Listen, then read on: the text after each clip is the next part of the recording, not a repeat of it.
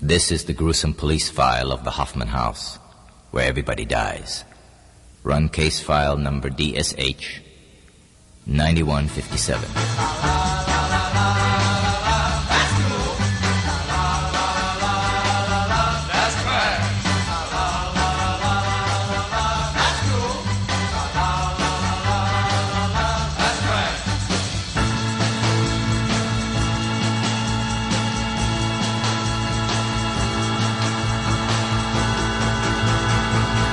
That's trash. Hello and welcome to another episode of That's Cool, That's Trash, the podcast where we watch a psychotronic movie online, then get together on Skype to break down the crazy. I'm Matt Howell. I'm Kyle. I'm Scott. And we are pretty excited about the movie we watched this week, folks. We watched a 1982 shot-on-video slasher film called Boardinghouse. This film has the distinction of being the first shot-on-video horror movie to have theatrical distribution. So this was shot on Betacam and transferred to 35 millimeter for distribution. Granted, limited distribution, but distribution in theaters. So it played on, like on 42nd Avenue, whatever, like in some grindhouse theaters. So, yeah, this was the start of a period where it was okay to shoot on video, I guess. Wow.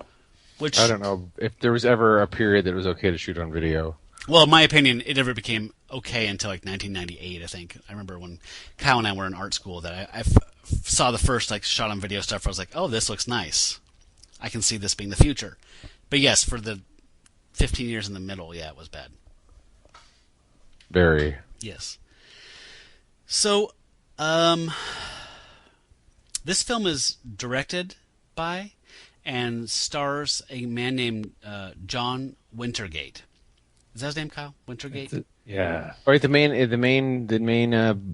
plays Jim Royce, Sting, Bowie dude.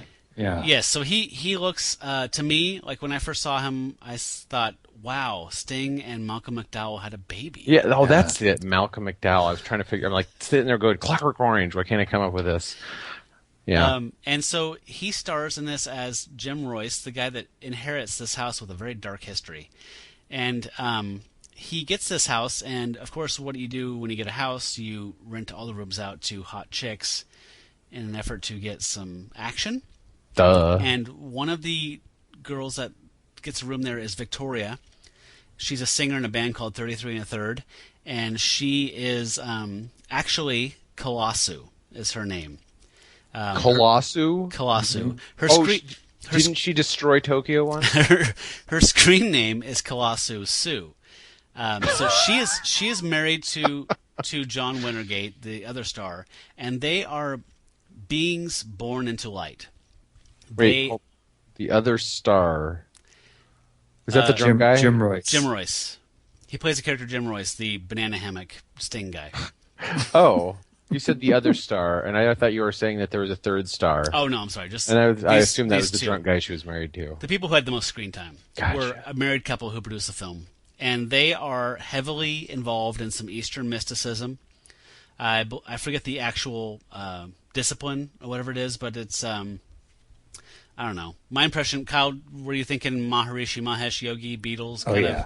Donovan? I was thinking that like that weird, what are the dudes who do the supposed, the flying, but they're really just kind of flapping their legs. You know what I'm talking about? No, but I'm really curious about Oh my this. God! You've never. It's like a whole huge movement. Transcendental meditation or something. I don't know. Where they sit there and they're like, we can fly, and you watch them and they kind of hop. Everyone hops around. Okay, I'm familiar with TM, but I'm not familiar with the I don't know if that must be different, but yeah. Well, transcendental meditation. I mean, well, they sit there and they flop. Yeah, so this is kind of what this reminded me of. Okay, so I guess the thing for me that was weird was knowing that after watching this and kind of checking these people out, like, who are these people? Why is this person named Kalassu? They're in a band that's still around called Lightstorm, and you can check them out on MySpace. That's still around, by the way. Wait a minute. And they have a daughter that's also a musician, and they do some stuff. But for me, the odd thing was just knowing that these people were very heavily influenced by Eastern mysticism and lived this life of, this kind of elevated existence, and they made a slasher movie. Like, to me, that was incongruous. But I guess it's not. Wait. Well, and they were approached to make this movie. It seems really strange. Like, they knew a guy who was getting into digital video, so he went to this couple to make a movie for him. Okay, and wait, this couple is not their characters in the movie. They're actually all yogi or whatever the heck. Yes. Okay. Oh, all right. I didn't do any research. I watched it. So you're confusing me completely. Sure. You know what? I was going to save this stuff for like the end, but now that we're talking about the actual producers of the film, Kyle, will you play the White Storm clip that just kind of gives kind of a sense of like where these people are at in their headspace? Please. We are the Atma, and have always been. We have no form and no name. Name, form, lie. In love and in true devotion, we're playing Maya's game while singing God's sweet name.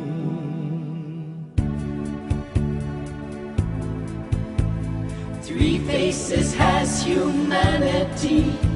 See them clear and you can be free from Maya's dream of ignorance.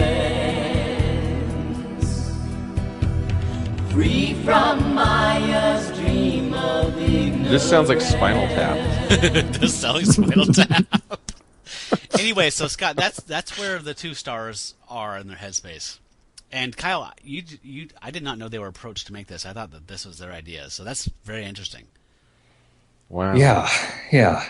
They well, at least to make some kind of movie with this equipment that this guy had. I don't know where I read. No, I did read that part where like they were basically like this is an experiment essentially. Like they were kind of saying this is going to be the future. Somebody needs to actually make a movie and distribute it, right? Yeah. So then this is what they come up with. Movie. Okay. So this is. I got a question. Was it the last movie that we watched, or recently we watched a movie where somebody, how they got into filmmaking was that somebody just said, "Do you want to make a movie?" And they're like, "I'll do it." Am I crazy, or did we discuss this, or am I thinking of something else completely? Like one of the movies we watched. But I'm just saying, do people come up to other people randomly and say, "Make a movie"? Well, Scott, the last movie we watched was Blood Shack, and that was a Right. Dennis Steckler film, and he actually did camera work for. He went to Hollywood. Right, there was a natural end. Yes, he went in and worked for a studio for a while. So Right. I don't know what you'd be referring to at this point. Sorry. I can't. I'm going to have to think about it and try to remember what the hell I'm talking about.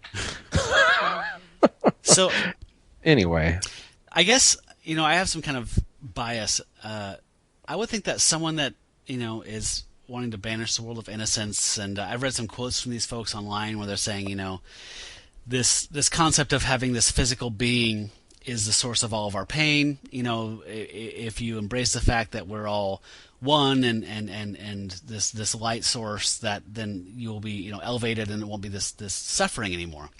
So coupling that with a slasher movie is a very weird thing for me. So hearing that song kind of professing their philosophical beliefs coupled with the warning you hear at the beginning of this film is a pretty stark contrast in my opinion. Yeah, it's almost like the warning was trying to clear their conscience a little bit.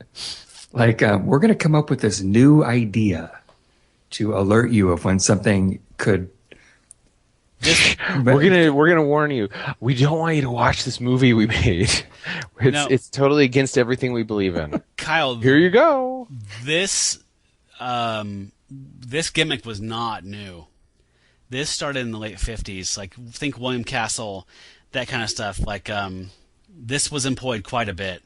Oh yeah, in the exploitation 60s days. So like they would do a thing where like they might cut in a color slide of like weird nonsense, like to like in Freakovision, anything you can do is something O-Vision, or Orama. Oh, interesting. Okay. That was just a gimmick to get people to come in. So it seemed like this was an actual, like, hey, we're kind of offending ourselves here.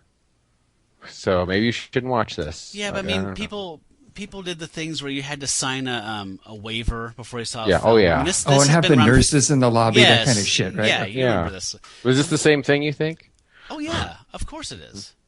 Yeah, this is definitely that. So this thing, although it's video and creepy, it's still the same thing that William Castle was doing with like the Tingler and Vincent Price. Like, you know, when you see this and there's like the leather gloved hand opening its fingers, and there's like weird video noise in the background. That's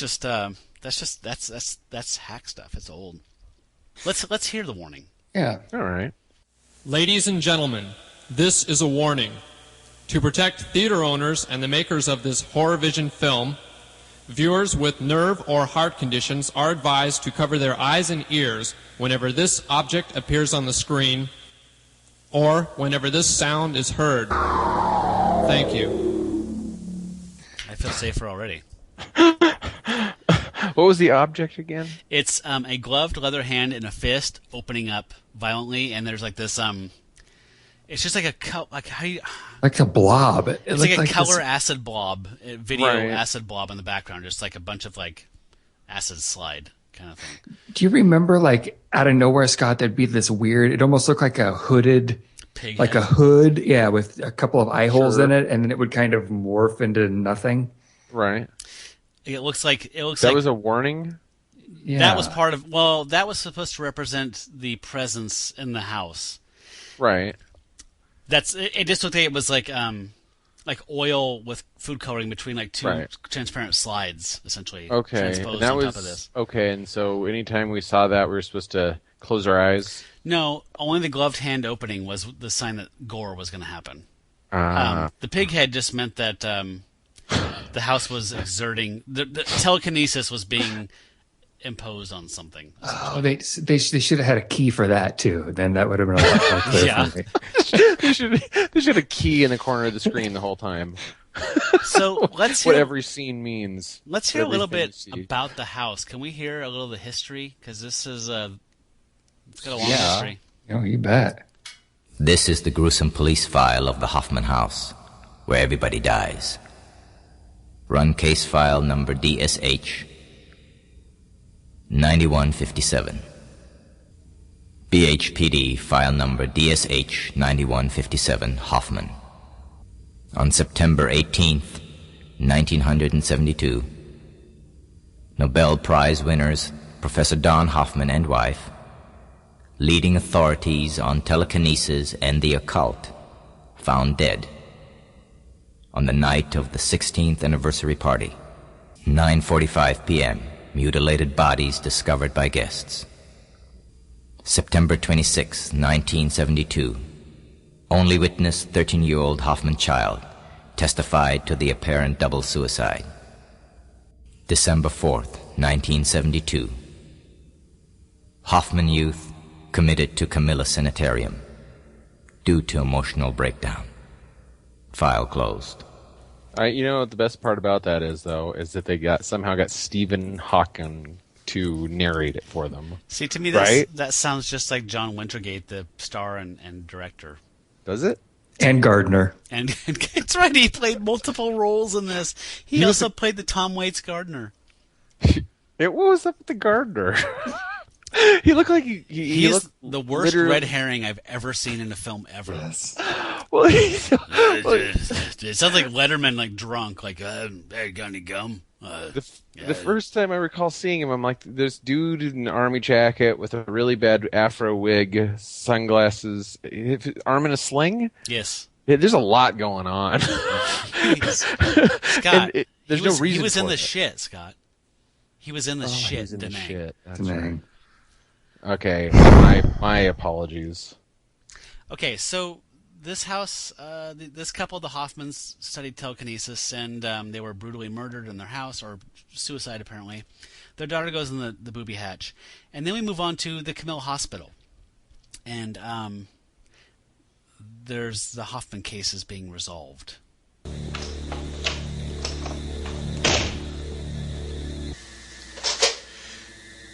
Yes, sir. I'm preparing the Thorazine for Mr. Ratchet shock therapy.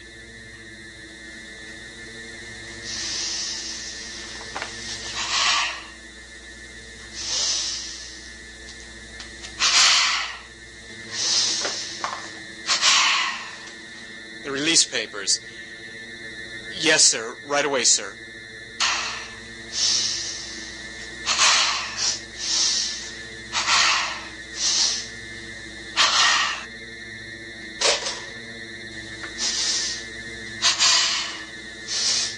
God damn it, where's Sherry? She stepped out. She'll be right back. Find her. Sherry, the release papers, where are they? Come on, I can't cover for you anymore.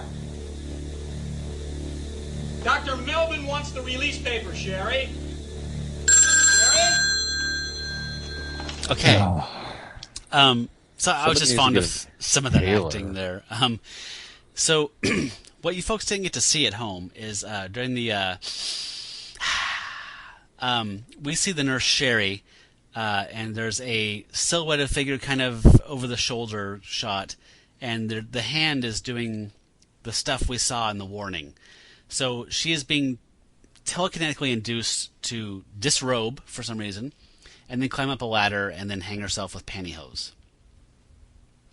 So, yeah, that happens. And then the guy that was just looking for Sherry, he is telekinetically forced to disembowel himself.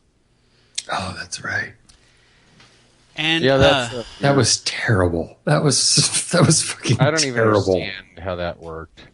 Well, you go buy some bratwurst, and I don't know, it was terrible. Cut your shirt open. Terrible. Yeah. Cut your shirt. I mean, he just reaches in and pulls out his guts. It's great. You know, I think we skipped over some of the credits. There's I think it's supposed to be terrified screaming, but you could take out the creepy synth music and put in waka chicka music, and this could be totally different. Kyle, can you play some of that? Oh, we have to hear this. Oh yeah.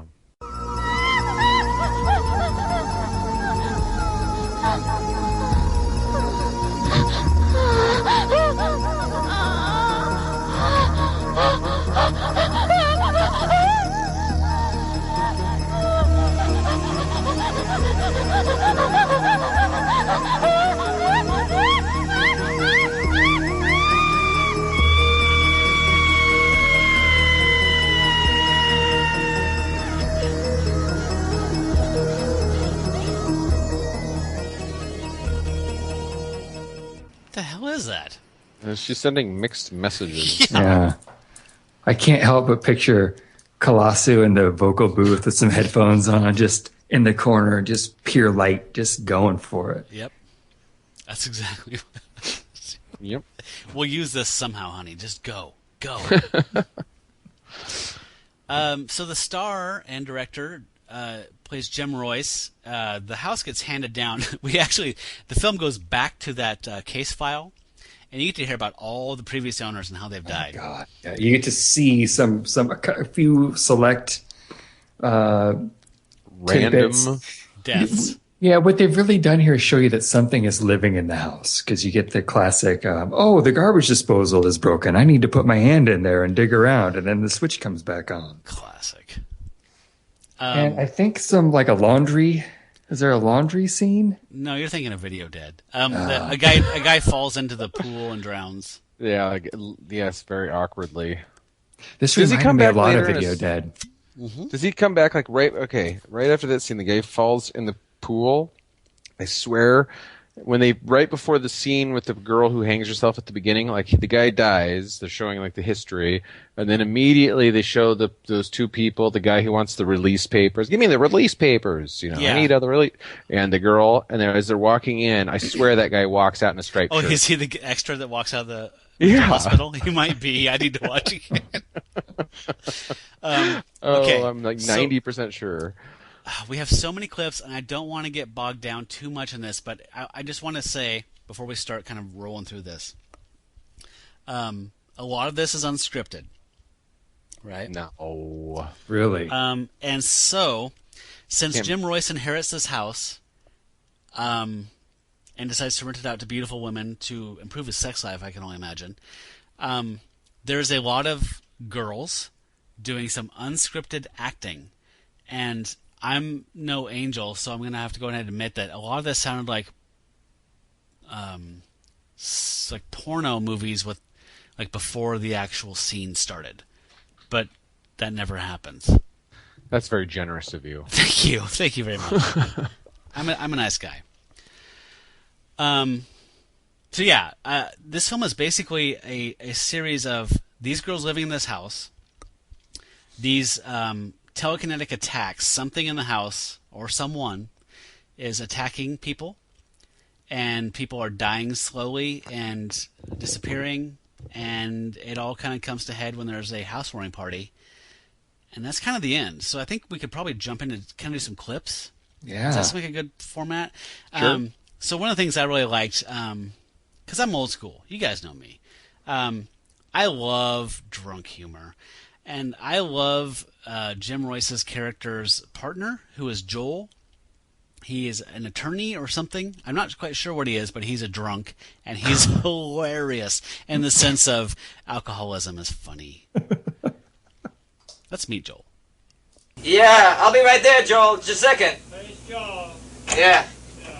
Come on in, Joel. Yeah. We got a girl in here. No, man. Listen, I just came back from the club, and I went. Are you listening to me? So listen, I was talking Gold Farm, and I hate to have you. Do you always dress that? I mean, what is that? A new style or something? Yeah, punk, Joel. Yeah. Well, okay. Now, could you? Ooh, what do you got to drink? Here. Oh, thank you. Here's two. Where'd you go? Oh, there you are. Listen. What is that? It's apple juice. Oh my God! You didn't have to say that. Listen, I was talking to Goldfire, and we got to revise these printouts. Joel, listen, I'll talk to you from Milwaukee now. You take care of everything for me. Joel, I got this deal.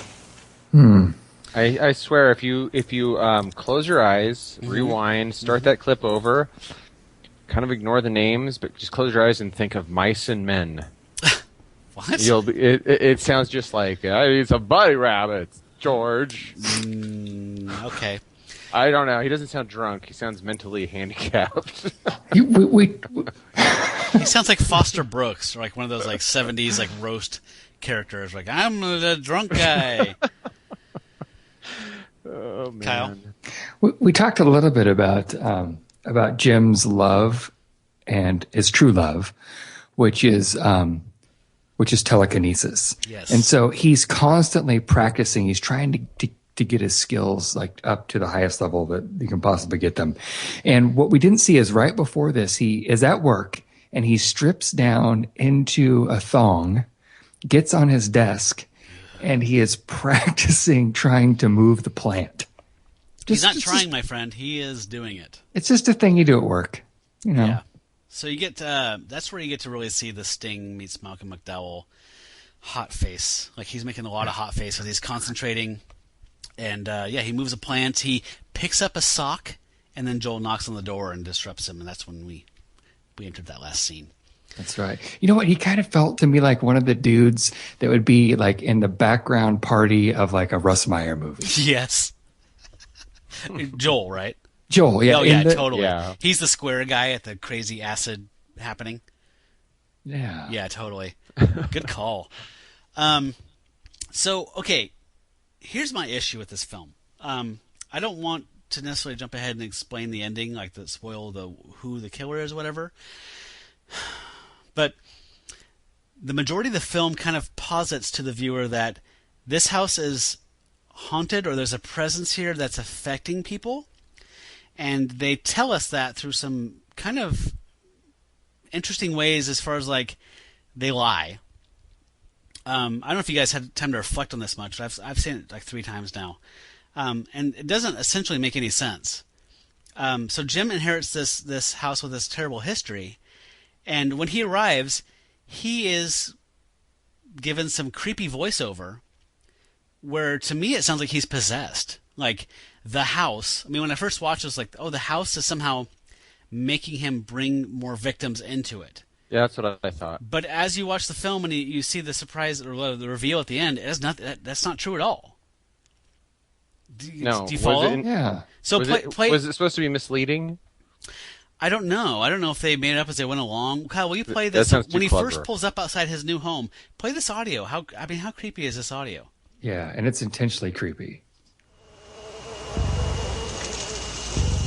Finally, they got the damn ad right. Girls, girls, girls. If you're between 18 and 25, unattached and beautiful, then I want you to share my 10-bedroom house with me for approximately $100 a month. Call Jim at the boarding house.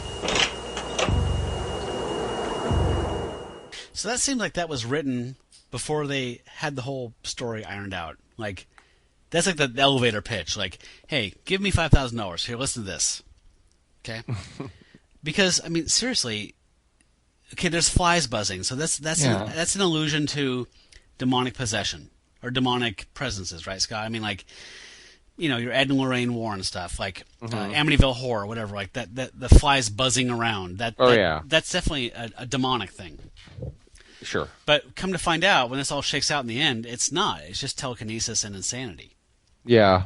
So why is he being forced to do this by the villain? I don't know if I don't know. I think it. Hey-o! It could be it could be misdirection. It could be. Yeah. They probably just kind of changed shit as they went along and said, "No, this will be cooler." Yeah. So this is why the girls are lying and fighting, because the house is possessing them. I don't know. I don't know. That's what the attacks. That's the other thing that doesn't make any sense to me. So the girls start getting attacked once they move in because they're flirting with Jim. But then when you get to the ending, it's not about him at all. It's just daddy issues. Like, I don't know if it was just. I guess it kind of makes sense.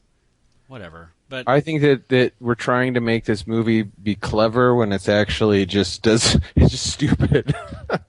It just doesn't quite make sense. So there's this scene, which is like kind of classic early 80s, where all the girls show up at the same time, essentially. Like, hey, I'm so-and-so, and I'm so-and-so. Can you help me carry my bags in? Blah, blah. Sure. And they all have their fun first night in the house with Jim. And there's a latecomer. And she has... I mean, no one's ever going to, dethrone Keanu Reeves' best English accent for me.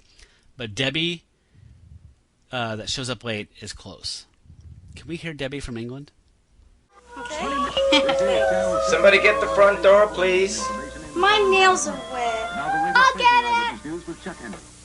Here's the latest on the Camilla Thank you. Sanitarium No deaths. problem. Police are still baffled by the mysterious circumstances surrounding that tragedy. So far, they have turned up no new evidence and made no arrests. My name is Debbie. I'm inquiring about the ad in the newspaper. I was the one who called earlier. Oh, I think all the rooms are rented, but come on in, you can talk to the landlord. Just wait a minute. This is Debbie. She's inquiring about the ad in the paper. This is Cindy. Sandy. Hi. That's Jim, our landlord. Hi, Jim. Hi. What's the date on that paper? Oh, I suppose all your rooms are rented. I'm sorry. Isn't there even a basement or an attic or something? You know, Jim, what about the child's room? The one that we use for storage. That filthy little junk room? Come on. Gee. Oh, that's okay. Can I see it now? Come on, I'll show it to you. So the director or the story writer or whoever tips their hand here a little bit, because when she says, "Isn't there an attic or a basement or something?" she opens her hand much like the leather gloved hand does. Did you guys notice this? I did. Okay, so she does the thing, and that she forces that girl to say, "Couldn't she stay in the kids' room?" So if you're an astute film watcher, you've probably figured out that kids' room, it's her room. Mm-hmm. She is Debbie Hoffman. And she didn't even need the accent. She just decided that was going to be part of her deal. Like, this will really throw him off. Oh, Kyle, maybe you missed the part how her parents were Nobel Prize winners. Oh, of course. Of course. Probably wore monocles. The next clip, at this point, it becomes a series of attacks. Once Debbie moves in, things start happening. For me, there's some really good sound clips from John Wintergate, a.k.a. Jim Royce. Kyle, would you play the Tommy Wiseau clip where... I know you haven't seen The Room, which you need to rectify. This guy is like the first Tommy Wiseau. ASAP, but right? Yeah, but there's this clip where he's Victoria, his wife's character, has a kitty, and there's no cats allowed in the boarding house. And there's just something about his delivery of the line about when he discovers it. It's not even when he discovers it. He discovers that he doesn't care, and then once someone gets attacked by a telekinetic knife, he delivers a very sweet line. Or at least the delivery is sweet. God, I told you. No pets in the house. I'm sorry. It's just, he's so weird. So weird. I told you, no pets in the house. It's pussy competition, man. Yeah. He's got to be a top dog. So, yeah, Kyle, that's actually a good segue into... what is the middle third of this film? Is Jim kind of scoring. Yeah. Girls wrestling in the pool. Mm-hmm. All right, then. We have not met the gardener yet. He is the red herring, the obvious red herring. So, like, there will be girls, and there's a hot tub pool kind of little thing in the back. And there will be a girl sitting in there, and then like maybe some hedge trimmers coming from the first person point of view right at her, and then it'll be revealed that it was just a gardener, and he's actually okay. He's fine. So he's the red herring, but go ahead, Kyle. They milked that. I mean, they just kept running it into the ground, and it was the same exact scene. It was the same exact setup. Different girl, different lawn trimming device, like over and over and over again. I'm glad they did. Yeah. So can we hear a little bit of his voice? Oh, yes. This is his star also, by the way, in a double role. Hi. I'm Sandy. I guess you're the gardener, huh? I thought you only work at night. Not all the time. Oh. I heard you were a veteran. First cap. Denied. No. My brother was in the war too. He died though. Here, let me get that. So who got the Oscar? I like potatoes. Who got the Oscar for Best Actor in 1982? Because I'm feeling like somebody got robbed. Billy Bob Thornton. You're playing Jim Royce and whoever from Da Nang. Sling Blade. Yeah. So yeah, that's awesome. A lot of this movie is comprised of these, as I mentioned, kind of like porno-esque scenes of unscripted people just interacting. Kyle, will you play the next clip where you can just kind of hear just a sample of this, where it's you keep expecting a hot sex scene to break out, and it just never really does. I propose a toast to men, To new friends. To hiring a maid for this place. Yes. To warthogs. To our new landlord, Jim, for bringing us all here. Yay! Cheers! Where has he been? He didn't come down to dinner again. I don't know. He's taking another hot bath. I heard the water running when I went by his door. He uses all the hot water. He listens to these real weird tapes. Really? Yeah. Like how weird? Like rock and roll weird? No. Mind control. Mind control? Yeah. Mind control. Yeah. Hello, beautiful. Hi, sexy. Where have you been? Another producer? Such a day I had. Let's swim here. I should have worn my track shoes. Another jumped around the casting couch. I'll drink to that. Hey, you are going to be my volunteer. I've got a great idea. She's perfect for it. Come here. I'm tired. Come here, we go to sleep. No, come here, sweetheart. Would one Yay! Would one of you two be kind enough to explain what this plan was? Do you recall? I don't know. So they want an actress to go in and distract Jim in the bathtub, and while they steal this cassette tape because they want to hear his weird mind control music. I thought they wanted his videos he watched. No, it's just cassette tapes. They doll her all up, put her in some see-through shit, and he pulls her into the bathtub. Well, he reveals that he can use telekinesis. He to move soap. He makes the soap float out of the bathwater and spin around. Yeah. Very nice practical effect. And then he pulls her in the bath. We're talking about the floating soap. Oh, okay. Right. So, that is that's the tell me about your powers clip, right? Well, after this, yeah. So now Kalassu, aka Victoria, knows about his powers. I think in the middle here, I think she might go to the library. Is there a clip where she goes to the library and checks out a bunch of books about this? Oh yeah, she gets totally intrigued. So at any rate, yeah. So there's tell me about your powers, where she takes him to a special place that it's a special sacred place to her. It turns out it's just a train yard in L.A., which is not really that special or unique. But that's where she got finger banged. Let's hear a little bit of that conversation. So, this is your special place, huh? Yeah, my mom used to bring me here often. Jim, Uh-huh. tell me more about your powers. Okay. Oh, about that horrible dream you had in the den. Why don't you just move back to your room till Friday? Oh, you mean the painters aren't done yet? Sorry.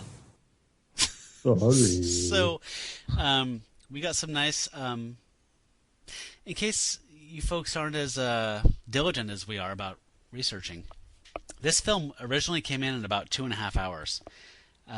So the director star cut out an hour of stuff. So he's alluding to stuff that we have no idea about.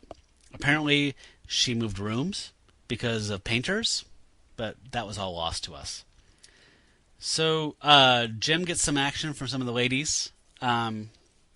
We meet one of the characters is a rich girl who has kind of run away from her future husband to have a little time to think about the relationship or something like that.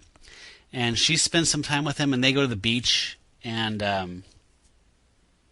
you can hear a little of Jim do some hypnosis. Look at the beautiful crystal. Relax and feel warm and peaceful. Everything's all right. Trust me.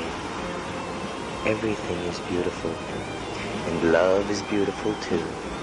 Not just pain or disappointment. It is warm and tender. So Jim takes, I believe, Cindy to the beach, and to help her relax, not think about her husband who is pressuring her to leave the house. And he is bludgeoned by the leather-gloved hand, and then Cindy is made through telekinesis to have her head basically cerebrally hemorrhage, and she bleeds to death and falls in the water. Do you guys remember this? I do. Yes. Yeah. So this brings some cops in. This and that happens, but basically the bottom line is the housewarming party is moving on. You know, you can't stop a housewarming party. So the band shows up. Things are rocking and rolling, and we learn essentially the key, the secret about who has been behind all of this stuff and what's going on. And Scott, that's the power. All right then. Daddy, tell me how much you love me and how you'll never go back to her again. Who? You talking about my wife? You know, darling, listen, that's a whole other thing. That's no. No. You must never go back to Mother and let her take me off to that awful place. Do you understand? You must stay here with me forever. So it is her that you love. Well, I've taken care of Mother.